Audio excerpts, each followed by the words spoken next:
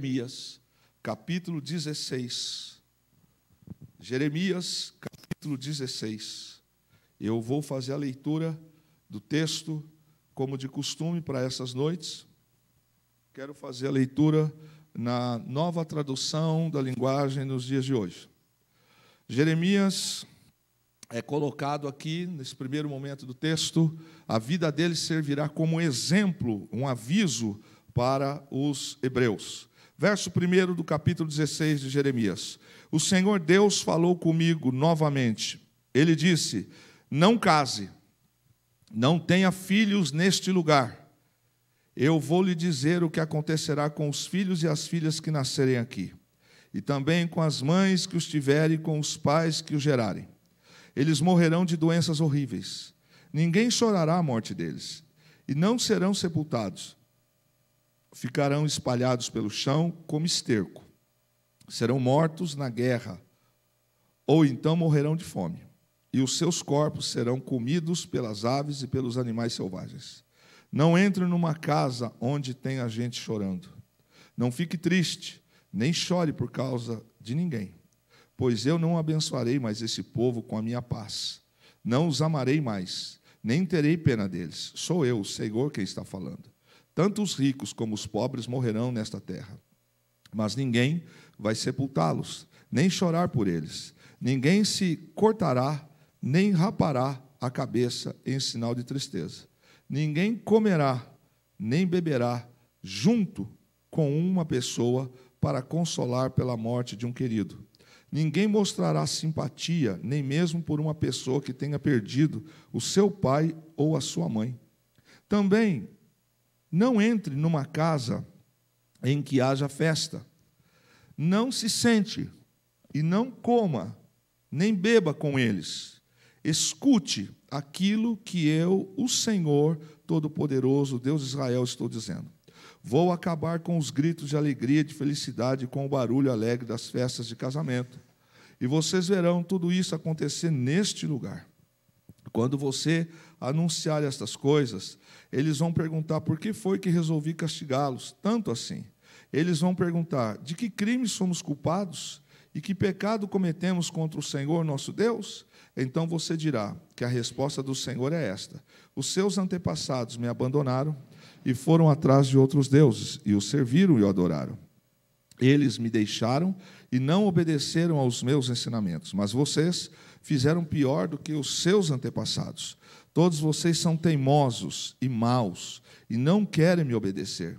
Por isso, eu os expulsarei dessa terra e os jogarei numa terra que nem vocês, nem os seus antepassados conheceram.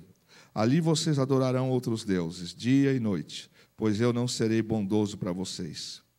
Deus anuncia que após o cativeiro, Deus vai trazê-los de volta. Verso 14, o Senhor Deus diz: está chegando o tempo em que ninguém mais jurará por mim como Deus vivo, que tirou do Egito o povo de Israel, mas jurarão por mim como Deus vivo, que trouxe o povo de Israel do país do norte e de todos os outros países por onde eu os havia espalhado.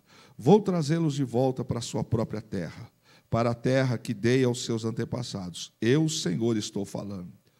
Deus fala do verso 16, o castigo pela idolatria. O Senhor, Deus diz: mandarei vir muitos pescadores para pescarem essa gente. Depois, mandarei vir muitos caçadores para os caçarem em todas as montanhas, e lugares altos, e até nos buracos das rochas.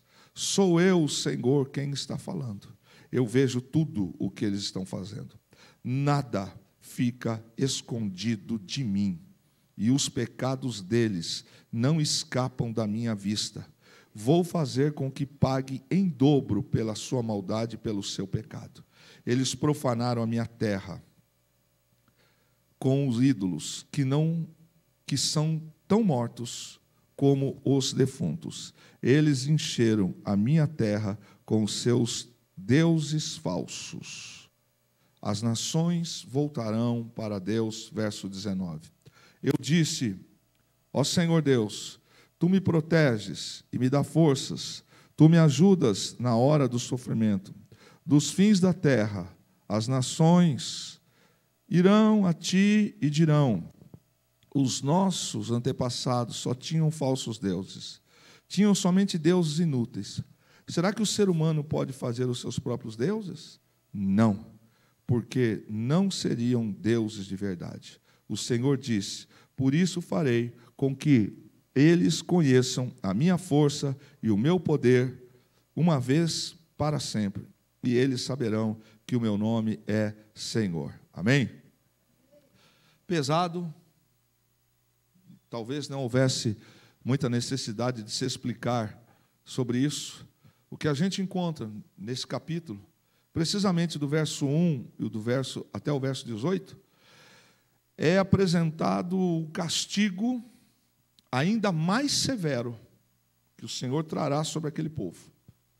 A terra inteira que Deus deu àquele povo é comparada como um deserto coberto por corpos mortos que estão jogados, e onde não vai ter lamentos e nem cuidados.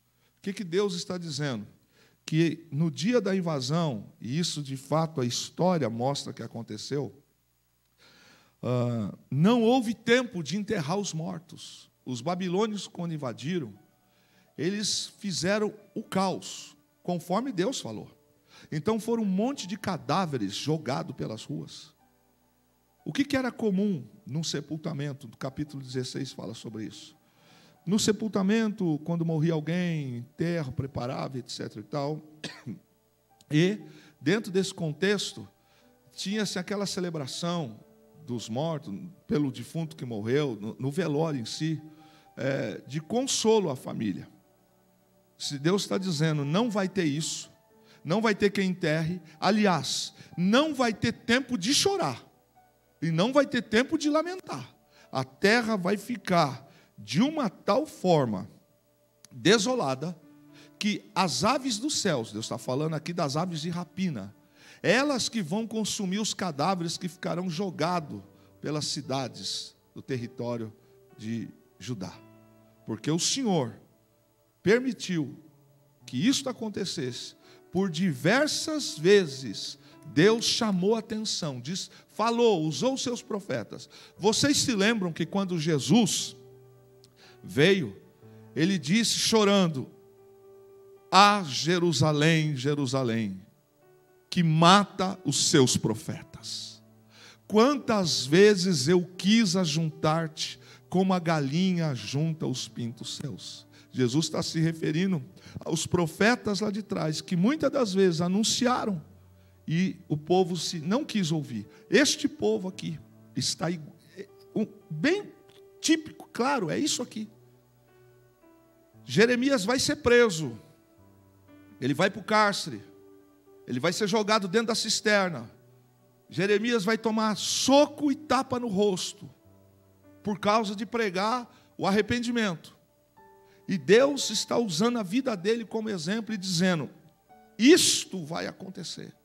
Não vai ter tempo de tanta desgraça que vai acontecer. Eu, o Senhor, estou falando. Ele diz isso. Deus está dizendo que não vai ter um tempo para essas coisas acontecer. E que as palavras de Jeremias, que o Senhor estava mandando ele falar agora, novamente, ele está dizendo: você vai falar. Você vai dizer para eles. No entanto, o coração deles é tão duro, eles estão tão longe de mim, que as suas palavras não vai produzir neles nenhum tipo de arrependimento. Na verdade, Deus esperava que as palavras de Jeremias sobre a nação trouxesse arrependimento, trouxesse um alerta. É como se agora se prega o evangelho para a humanidade, e o mundo zomba, rasga a Bíblia, invade a igreja, blasfema o nome de Jesus. Esses dias, um movimento aí que se acha no direito, fez frases dizendo que Deus e colou na porta de algumas igrejas. Palavrão terrível. Fizeram imagens, supostas imagens, com referência a Jesus Cristo, de coisas terríveis. Estas coisas não ficarão impunes, não ficarão sem tratamentos. E a igreja do Senhor? A igreja do Senhor precisa acordar. Nós precisamos manter a fé viva. Precisamos nos manter alinhados com Deus. Deus está dizendo aqui, através do profeta, que apesar do Senhor falar com eles estar os alertando, eles não ouviriam, porque o coração estava embrutecido. Deus estava dizendo que posteriormente, desta disciplina, Deus ia os trazer de volta. Deus ia os corrigir. Mas isso ia custar 70 anos. Ia custar para eles um tempo em que, nesse momento, você vai ver também no capítulo, que Deus tem um momento de ironia. Você vai ver Deus falando assim: lá na terra aonde vocês vão, dos deuses estranhos, lá vocês vão adorar os deuses estranhos de noite, mas eu não. Se quiser me adorar, vai ter que adorar no exílio, e é isso que me preocupa.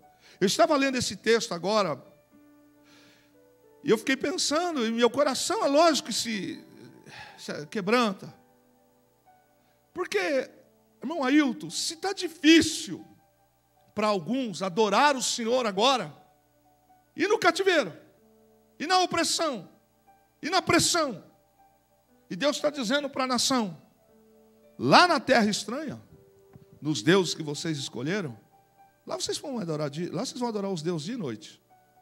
E se quiser, a mim não. A mim não. Se quiser, vão ter que adorar no cativeiro. Irmão, 70 anos não são 7 dias, 7 semanas ou 7 meses. 70 anos é pesado. A profecia que estava sendo descrita aqui, ela bate com a prisão do rei de Judá, Joaquim, também. Quando o Senhor, naquele tempo, já começa a trazer consequências para esse povo. O verso 2 diz assim: neste lugar, ou seja, na Judéia, era o Senhor dizendo para Jeremias que era para ele permanecer solteiro. Jeremias não pôde casar-se, ele não teve filhos, para simbolizar a calamidade. Por isso ele foi colocado como exemplo. Deus disse: não case, porque o que vai acontecer aqui vai ser terrível.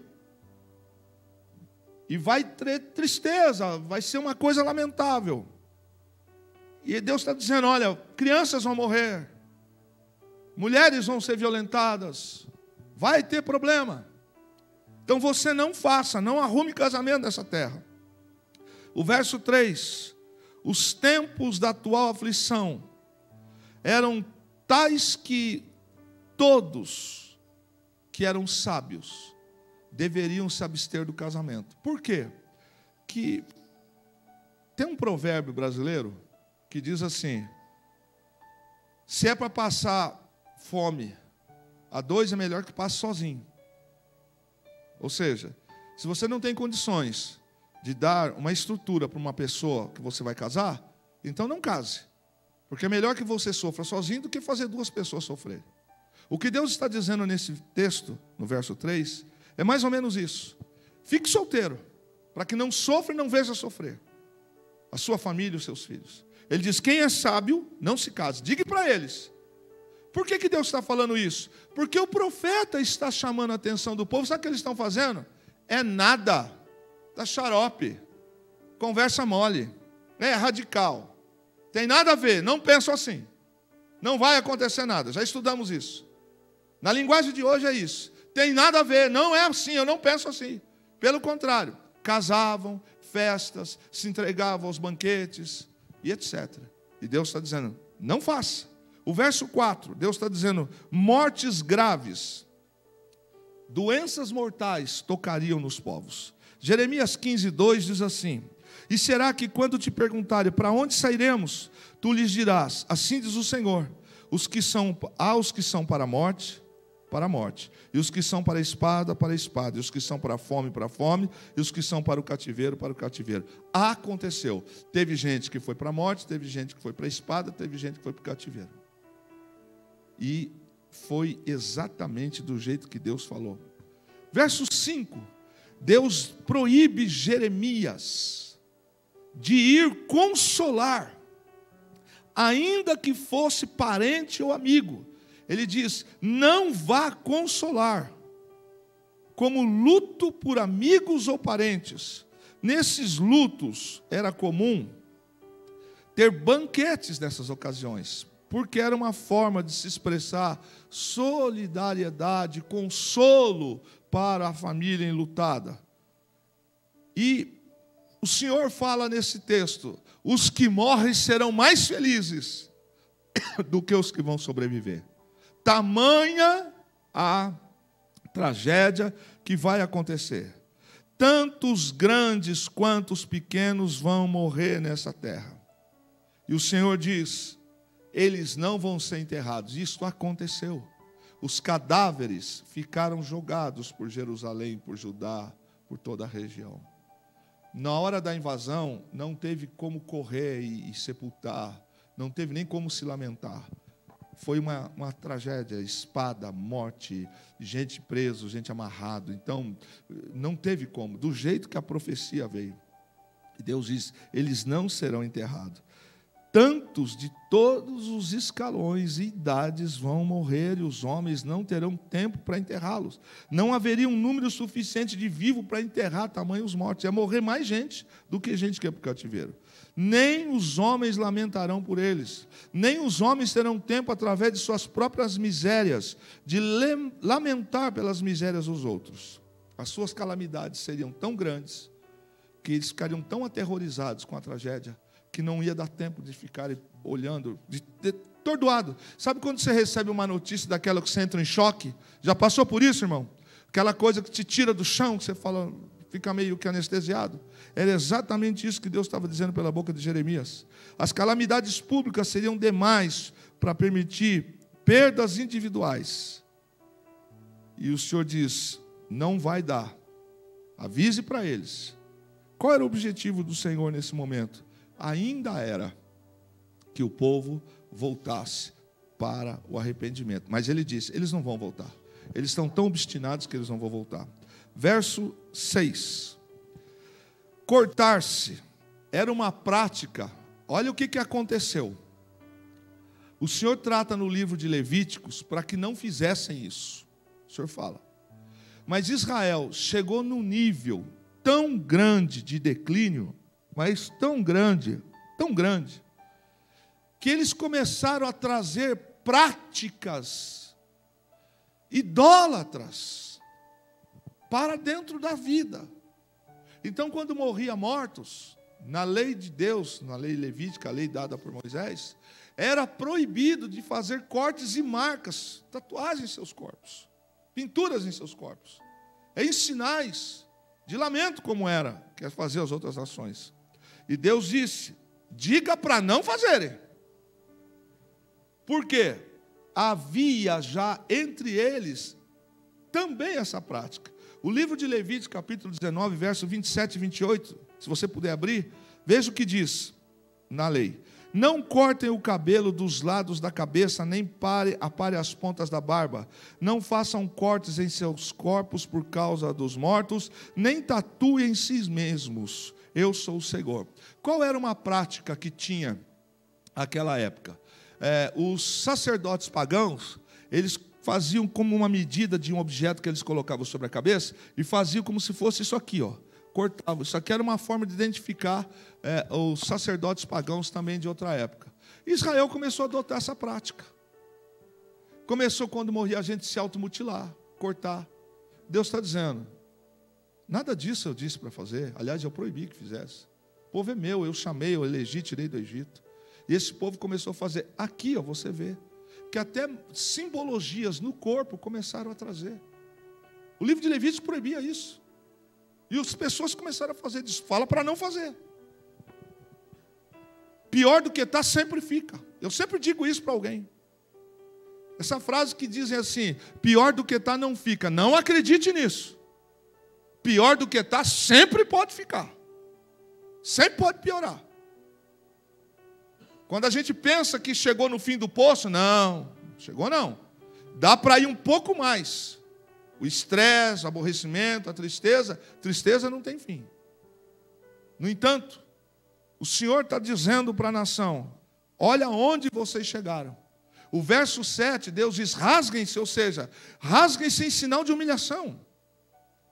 Se humilhem perante mim, e não se deem o cálice de consolação. Ou seja, era costume no Oriente, quando morria, por exemplo, crianças, que se trouxesse vinhos para consolar o pai e a mãe daquele momento, após a morte de uma criança. O fruto da videira. Por isso que fala, não façam isso, não pensem que isso vai dar tempo, que isso vai acontecer. Porque, de fato, não vai dar. Verso 8, Deus diz para Jeremias, não vá nas festas de luto. Não entre. Não tenha nada mais a ver com este povo. Seja em festas de luto ou em festas de júbilo. Verso 9, eis que farei cessar neste lugar todas as lembranças de prazer e de alegria vão morrer aqui. A gente lê essas coisas e fala assim, meu Deus do céu. Pois é, irmãos, mas Deus foi falando, e o povo foi se contaminando, foi se envolvendo, foi ficando preguiçoso, foi se associando com os hábitos da terra, foi se vestindo como as pessoas da terra, foi fazendo em seus corpos sinais dos homens da terra, foi se automutilando, foi se relacionando, foi fazendo alianças que Deus não autorizou fazer, foram se dando a casamentos fora do estatuto de Deus, foram cometendo paganismo, e ao mesmo tempo estava dentro do templo. A gente viu isso nos primeiros capítulos. Deus diz, que história que é essa que vem no meu templo, me oferece sacrifício com vida errada? Quem disse que eu ouço? Nós vimos isso nos primeiros capítulos. Deus está dizendo nesse verso 9, que apenas as vozes da miséria e de desespero vão permanecer no dia da calamidade.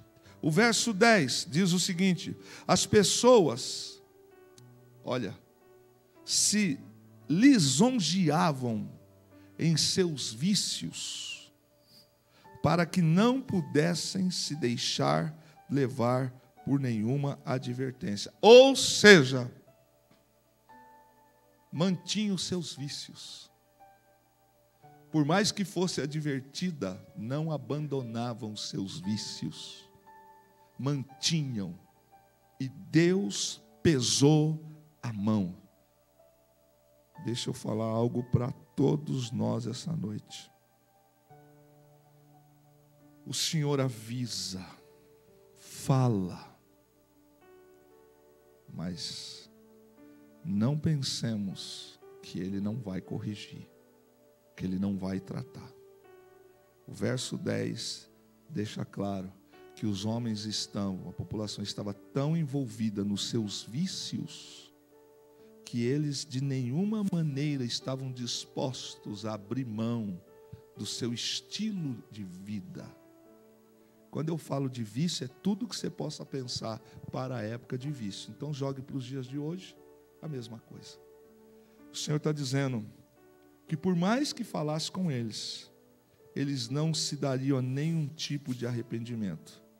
Eles estavam numa cegueira tão grande, numa loucura tão grande, que não se examinariam, mesmo sendo feridos, como Deus já tinha os afligidos antes.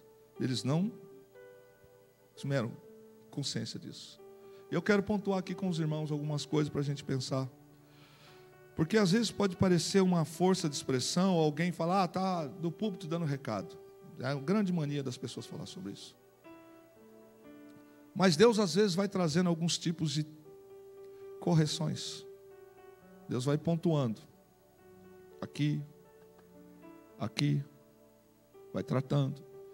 Mas como Israel, a gente vai fazendo o quê? Não tem nada a ver. Continuo no meu vício. Continuo no meu descaso. Continuo na minha obstinação. Nada a ver. Esse é o povo. Aqui, da Bíblia. O texto está dizendo isso. Esse povo continuava assim. A consciência deles estava cauterizada. E Deus disse aqui, eu fui falando, eu fui tratando, mas vocês não se posicionaram.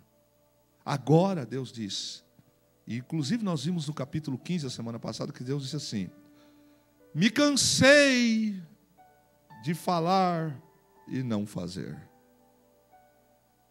Agora eu farei. No capítulo 15 nós vimos isso.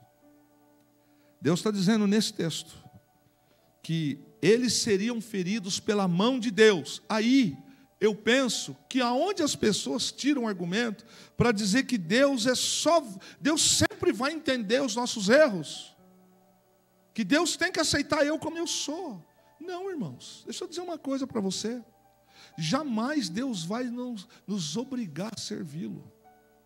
Mas uma vez que nós o buscamos e elegemos como nosso Senhor, a gente precisa tomar cuidado. Porque não buscar o Senhor, a gente já sabe qual é o caminho. Mas tão ruim quanto é servi-lo com leviandade, é servi-lo com desvio de conduta. E o Senhor pontua aqui nesse texto que a consciência deles deveria de ter sido a testemunha deles. Sabe o que significa isso, irmãos? É que tem hora na nossa vida, e você talvez concorde comigo, que de tanto que se pratica a coisa errada, que a consciência não cobra mais. Quer ver um exemplo? Mentira. Mentira. Tem gente que acha que mentirinha não é problema. De tanto que ela mente, de tanto que algumas coisas para ela são comuns, que não toca mais. Deus pode falar, profeta, pode ler Bíblia, ler livro, o senhor pode falar no culto, pode ir na igreja A, B, não toca mais. A consciência está zero. Não tem mais. O Senhor está dizendo que a consciência deles deveria de ser a testemunha. E sabe qual era a frase que eles diziam? Não, isso não penso assim. Não vai ser. Deus está dizendo pela boca do profeta. Eles deveriam se condenar, mas quase nenhum deles parou para examinar como eles estavam. Embora Deus os tenha provado, poucos se submeteram ao julgamento e retornaram do hábito errado. Sabe o que esse povo fazia na época, irmão? Eles só murmuravam. Ao invés de se arrependerem, eles murmuravam contra Deus, falavam contra Deus, e ainda se diziam que estavam apertados por Deus. E isso foi acontecendo. E há uma frase que é encontrada pelo profeta, dita da parte do Senhor, que eles possuíam uma disposição indomável. Ou seja, não aceitavam serem tratados. E isso os trouxe ao cativeiro. Isso os trouxe à condenação. Deus sabia que eles não iam dar crédito. O Senhor disse para Jeremias, eles vão dizer assim, não há razão para essa perversidade. Eles vão caminhar por isso, Jeremias. Eles não vão se arrepender disso. O verso 11, a sentença sobre eles era como a causa à idolatria. E isso persistiu por muitas gerações, que se aprofundou. Dá uma olhada no verso 11. O verso 11 vai mostrar o seguinte, que o mal que estava sobre eles, já vinha lá de trás. Está na tela? O verso 11 diz assim, diga-lhes, foi porque os seus antepassados me abandonaram, diz o Senhor, e seguiram outros deuses, aos quais prestaram culto e adoraram. Eles me abandonaram e não obedeceram à minha lei. Ei, penso que nos últimos 20 dias foi proferido sobre este altar, não apenas por mim, as seguintes declarações: que o erro de um homem, de uma família, de alguém hoje, não afeta só a ele, afeta a geração dele. O problema é que eu acho que o meu problema de agora, meu pecado de agora, atinge apenas a mim. Ei, irmão, não atinge só a você. Poderá atingir, como aqui no versículo que acabamos de ler, poderá atingir os teus filhos que você ainda não tem. Poderá atingir os teus netos que você ainda não tem. Poderá atingir a casa que você ainda não tem.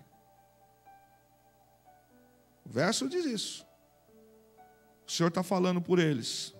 Porque vocês persistiram. O erro dos pais de vocês, virou numa profundeza nacional. Isso te traz uma semelhança com algum pensamento atual? Que às vezes a gente acha que não vai dar nada, que vai dar tranquilo para resolver, administrar. Geralmente quando a gente está em pecado, em erro, a gente fala assim: eu paro a hora que eu quero, a hora que eu quiser. Não, isso aí está tranquilo. Quase todo viciado, por exemplo, diz assim: não, eu paro a hora que eu quiser. Mentira. Se não buscar, tomar uma determinação na vida, buscar em Jesus Cristo, vai ficar com essa mentira na vida. De fato, se ele tomar uma posição em Cristo, nunca mais ele faz. O texto está dizendo que a idolatria veio lá de trás, dos pais deles. Sabe o que está dizendo isso? Quem é pai e quem é mãe aqui, presta atenção. Nós que somos avós, tias, tios. O jeito que você fala com seus filhos hoje, o jeito que você trata a sua casa hoje, o jeito que você trata os relacionamentos hoje, será o jeito que os seus filhos vão se comportar amanhã também. Porque são isso as formas que eles receberam. A forma, presta atenção, a forma como você trata Deus, a igreja, a liderança, a fé, as escrituras, é uma forma de influenciar a geração futura. Poucos filhos têm encontrado os pais lendo a Bíblia, orando, congregando, mas têm os encontrado em condutas que eu não quero falar aqui. Não os acha buscando o Senhor, acham-os com uma prática e hábito de vida. Eu já disse essa frase aqui, que eu ouvia muito na minha infância: faço o que eu mando, mas não faço o que eu faço. Não, não é bem assim. Não é bem assim. Esta geração aqui, o Senhor está dizendo: os pais de vocês levaram vocês, mas vocês foram piores do que eles. Esse mal se alastrou. E essa apostasia, você sabe o que é apostasia, né? Apostasia é afastar-se da sã doutrina, é afastar-se dos princípios do Senhor, é apostatar-se, distanciar-se. O apóstolo Paulo escreve a Timóteo dizendo o seguinte: no final dos tempos, alguns se apostatarão da fé, não suportarão a sã doutrina, terão comichões nos ouvidos e preferirão ouvir doutrinas de demônios. Afasta-te deles. Paulo diz isso. Verso 12: vocês foram piores que os seus pais, foram cheios de perversidade e teimosia. Olha o que Deus está dizendo: os pais de vocês erraram, mas vocês estão piores que eles. Vocês são teimosos e perversos. Conhece isso? Conhece crente teimoso? Não, né? Graças a Deus. Conhece gente perversa? Graças a Deus. Na igreja não, né? Não, porque está aqui. Deus está dizendo: vocês foram piores. Vocês são teimosos e são perversos. Perverso aqui é gente ruim. É gente ruim, coração duro. E tanto é que eles bateram no profeta. Botaram na cadeia, amarraram ele, cuspiram nele. Verso 13 diz assim: servireis a Deus estrangeiro. Aquilo que era o pecado deles na terra seria o castigo deles. Aqui Deus está dizendo com ironia: aqui vocês não queriam, então agora vocês vão servir lá. Pensa que Deus afrouxou aqui? A gente sabe que não. Deus falou: que é o que vocês queriam? Então agora vocês vão servir os deuses lá. Deus vai retribuir, restituir a eles da mesma espécie. Está aqui, irmãos. Para quem acha que é só somebody love, para quem acha que é, não, imagina, não, está aqui. Vou retribuir-lhes da mesma maneira que vocês fizeram. Vocês não queriam servir a outros deuses? Então, vou mandar vocês para lá, e lá vocês vão servir. Aí ele fala, dia e noite. O senso aqui de Deus está irônico. Vocês não queriam isso? Pega a visão, pega a chave. Não é isso que algumas pessoas estão querendo? Não é isso que as pessoas estão querendo para a vida? Então, só que custa caro, viu? Geralmente a maldade não é um que paga, é uma geração que paga, é uma família que paga. Amém, igreja? O vacilo de um chefe de família, de uma mãe, de uma esposa, não é só ele que paga. Vai pagar a geração, vai pagar todo mundo. Via de regra, o Senhor visita. Por quê? Porque fizeram pouco caso da palavra. E aqui Deus não está falando com quem não conhece. Deus está dizendo: vocês voluntariamente me abandonaram. Agora eu, da minha vontade, os mando para lá. Se vocês quiserem, lá no cativeiro, agora vocês me adoram. Ou seja, aqui vocês eram livres e abriram mão de mim. Agora vocês vão para lá, aonde vocês queriam. E se vocês quiserem, me busquem lá. Dia e noite, Deus ainda bate nessa tecla. Lá vocês podem fazer o que vocês quiserem, porque lá esse é hábito deles. Verso 14. Porém, tão severa será a escravidão dos judeus. E Deus fala que a libertação do Egito, que eu fiz lá atrás, vai ser considerada menor. Vai se falar da libertação do norte, ou seja, Deus está dizendo, o que eu fiz com o Egito foi grande. Mas o que eu vou fazer com vocês, tirando depois do norte, trazendo depois do cativeiro, vai ser maior. Mas que vocês vão, vocês vão. Verso 15. Deus promete que vai os resgatar, mas isso teria um tempo de lamento e de ensino. Diga misericórdia. Irmão. Às vezes a gente gasta anos num hábito de vida, num estilo de vida errado. Às vezes eu dou conselhos para algumas pessoas que querem, né? Porque geralmente é assim, só me comunicam. E também, irmãos, muitos não querem conselhos. São senhores de si mesmo. Isso é terrível. Porque a consequência, a conta, ela sempre vem. E muitas das vezes, eu digo, olha, querido, você precisa prestar atenção,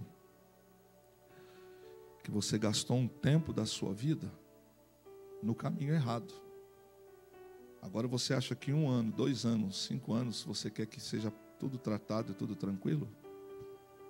Deus está dizendo para eles aqui, eu vou trazer vocês de volta, mas vocês vão passar, vão se lamentar, vocês vão ser tratados, vai ter lamento. Eu vou ensinar vocês lá. Muita gente, dos que viveram, lembre-se sempre do texto de Neemias, capítulo 1. Vocês lembrarem do texto de Neemias, capítulo 1, vocês vão sempre ter isso como fala. Quando ele fala que o irmão Anani chegou e falou, como estão os meus irmãos que ficaram em Jerusalém? Aí Anani descreve para ele, os que sobreviveram estão em grande miséria. É isso que está lá. Está fácil de colocar para mim aí? Neemias, capítulo 1, vê se está fácil aí. Então, só para a gente relembrar. O que diz Neemias, capítulo 1? Neemias agora é copeiro do rei, já está lá na Babilônia. Palavras de Neemias, filho de Acalias, no mês de Quisleu, 20º ano, enquanto eu estava na cidade de Suzã. Continua. Diz o texto. Anani, um dos meus irmãos, veio de Judá com alguns outros homens, e eu lhes perguntei acerca dos judeus que restaram, os sobreviventes do cativeiro e também sobre Jerusalém. Aí Anani descreve, ele me respondeu, aqueles que sobreviveram ao cativeiro e estão lá na província passam por grande sofrimento e humilhação. O muro de Jerusalém foi derrubado e suas portas foram destruídas pelo fogo. Continua. Quando ouvi essas coisas, sentei-me e chorei, passei dias lamentando, jejuando e orando ao Deus dos céus. Um dia Jerusalém foi cidade de glória, mas agora Jerusalém, o templo de Salomão que nós pregamos aqui domingo passado, esse templo foi destruído. A Arca da Aliança, na invasão, nunca mais foi encontrada. É daqui. Nunca mais ela foi encontrada. Até hoje, chutam, falam, até hoje, a Arca da Aliança nunca mais foi encontrada. Isso é um mistério. Agora, no verso 16, o Senhor diz assim, vou enviar vocês pescadores e caçadores. Deus está dizendo em outras palavras, vocês vão ser invadidos sucessivamente. A Judéia vai sofrer diversas invasões. Os caldeus eram famosos pela caça, como os egípcios eram os inimigos do povo, estavam muito peritos na pesca. Deus está dizendo, esse povo vai vir com facilidade e vai ter vitória sobre vocês. E a história mostra que isso aconteceu. E os caçadores, no caso dos homens caldeus, eles eram tão experientes na arte da caça, que até nas cavernas eles conseguiam adentrar e pegá-los. Quando Israel foi invadido, Judá foi invadido, alguns judeus correram para as cavernas, os soldados foram lá e os mataram, e os pegaram e os capturaram. Verso 17, pois meus olhos estão sobre todos os seus caminhos. E aí, eu queria ler com você, Jeremias 32, 19, que diz assim, o Senhor falando, que os olhos dele estão sobre todos nós. Veja o que diz, grande em conselho e magnífico em obras é o Senhor. Os teus olhos estão abertos sobre todos os caminhos dos filhos dos homens, para dar a cada um segundo o seu proceder. Se liga, segundo o fruto das suas obras. Provérbios 5, 21. Na nova tradução da linguagem de hoje. Deus sabe por onde você anda e vê tudo o que você faz. Provérbios 5, 21 diz isso. Eu achei essa tradução muito forte. Ela diz desse jeito: Deus sabe por onde você anda e sabe tudo o que você faz. Provérbios 15, 3. Os olhos do Senhor estão em todo lugar, observando os maus e os bons. Verso 18, caminhamos para o final. Eu recompensarei uma e outra vez. Bom, Deus está dizendo aqui que o que Israel fez com ele, virar as costas, 2 vezes, o Senhor vai permitir que eles sejam tomados. Eles foram tomados aqui pelos babilônicos, também pelos romanos. Deus, eu vou recompensar vocês. Vocês não viraram as costas? Eu vou recompensar vocês. Quando eu disse, Mônica, e quando eu digo, Mônica, irmã Mônica, que Deus não folga com a injustiça, podem passar os dias, Fernanda. Podem passar os dias, Agnaldo. Mas a justiça de Deus não vai faltar. Ela vai vir. Ela virá. Verso 19. O resultado dos juízos de Deus sobre os judeus é que, após o cativeiro, os que sobreviveram seriam restaurados. E por causa deles terem buscado ao Senhor e Deus os responder, povos gentios, ou seja, que não eram judeus, iam se converter, iam aceitar o Deus de Israel como Senhor. Deus está falando isso no verso 19. E o Senhor fala isso com eles, porque após o período do cativeiro, muitos deles abandonaram os ídolos. Por que a gente precisa apanhar para aprender, né? Por quê? Por que a gente precisa perder a cama quente, o altar, a esposa, o marido, os filhos, o cálice de ceia, o pai, a mãe? Por que a gente precisa perder? Deus está dizendo isso aqui. Às vezes, irmão, a gente quer culpar quem? O Senhor está falando exatamente essa noite aqui. Está falando conosco nesses estudos. Jeremias, no verso 20, o penúltimo, perceba que é um diálogo de Deus com o profeta. Jeremias fala para Deus assim: Senhor, os deuses que os homens fazem não são deuses. Eles não têm poder. E Deus fala: eu sei, mas é isso que eles querem. Eu li aqui a semana passada, e nós vamos chegar no final, o que aconteceu com Jeremias. Tudo que Deus prometeu para ele que ia fazer, aconteceu. Verso 21 e último para essa noite. Deus está dizendo, nesse terrível castigo, no capítulo 16. Durante muitos anos, Deus falou, Deus avisou, mas o povo não quis ouvir. Durante muitas vezes o Senhor trouxe até alguns tipos de disciplina para ver se, mas passava o perigo, voltava cada vez pior. Deus disse, desta vez, eu vou com uma prova terrível, eu vou afligir, eu vou julgar, e eles verão qual é o meu poder. E isso aconteceu, meus amados irmãos.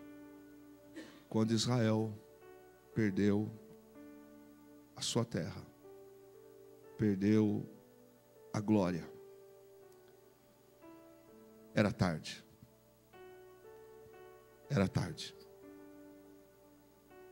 O Senhor fala. O Senhor está falando para a nação brasileira: arrependei-vos dos seus maus caminhos. O Senhor está falando para as suas ovelhas: abandonem os caminhos tortos. O Senhor está dizendo aos seus profetas: voltem a pregar a palavra. O Senhor está dizendo aos seus ministros: não vos associeis a eles. Mas sabe qual é a postura? Esta. Tem nada a ver. Se você pegar, irmão Couto, algumas declarações do dia a dia, alguém vai dizer: eu também sirvo a Deus, Deus está comigo, eu também sou do Senhor. Compara com o livro de Jeremias, capítulo 4, capítulo 5, o que o Senhor falava? Eles estão dizendo que são meus, né? Eles estão indo lá me prestar culto. Diga para eles que eu não estou recebendo louvor nenhum, que quando eles vêm eu viro as costas. Aliás, fala para não trazer mais. Você já parou para pensar, Deus falando, não traga mais, porque eu não quero? Deus está falando para nós. Eu sei que esta palavra vai correr. Eu sei que pode ser que eu parta para o Senhor. Não sei. E que um dia antes do Senhor voltar, alguém escute e diga: o Senhor falou naquele ano, naquele dia, naquela noite. Porque exatamente agora, alguns estão ressuscitando algumas profecias que foram faladas pelos ministros de Deus alguns anos atrás. Pois é. É sempre assim. O Senhor Deus traz para nós hoje, mais uma vez, para o povo brasileiro, para a igreja do Senhor, para quem não aceitou ainda, para quem está longe dele, para quem está fora, para quem está torto, volte, conserte-se, porque este mesmo Deus, como diz Apocalipse, quando ele se manifestar, não é que todo joelho vai declarar porque vai o adorar, mas vai reconhecer que Jesus Cristo é o Senhor. Amém? Deus os abençoe. Vamos ficar em pé.